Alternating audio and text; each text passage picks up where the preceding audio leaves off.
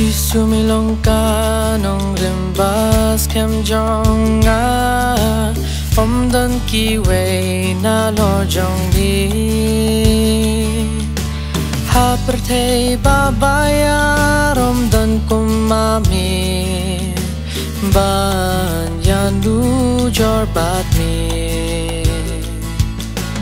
milongka kut pas kem jonga habang ayat kalinti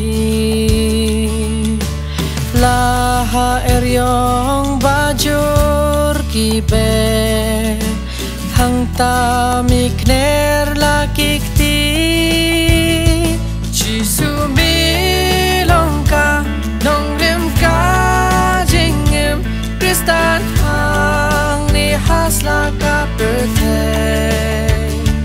langayat halor ki lombat ki tembru ngadam shem em ngam shem tang uwe ha uni ngan pin chong nong rim jing ha ki negisi menta ulong kanong rim jong bangi em tang ching sniu shabab hai but ching snow pa ki jing kwa brai kim shap ding show you play ha ki ne kisni jing etla nang ring swai kanong rem ka jing et kristan kala nang du borbalei haba jinge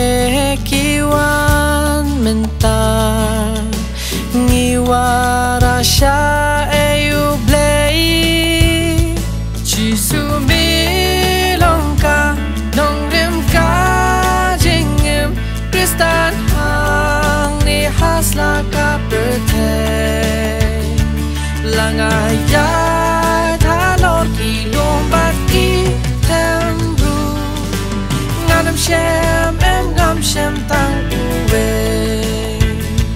ha uni ngan pin chong nong rim jing ha ki negisi menta ulong kanong rim jong kumbala kular try hangi un salen baun pen kreya ka jaka ong try hakata kabangan salong piru pen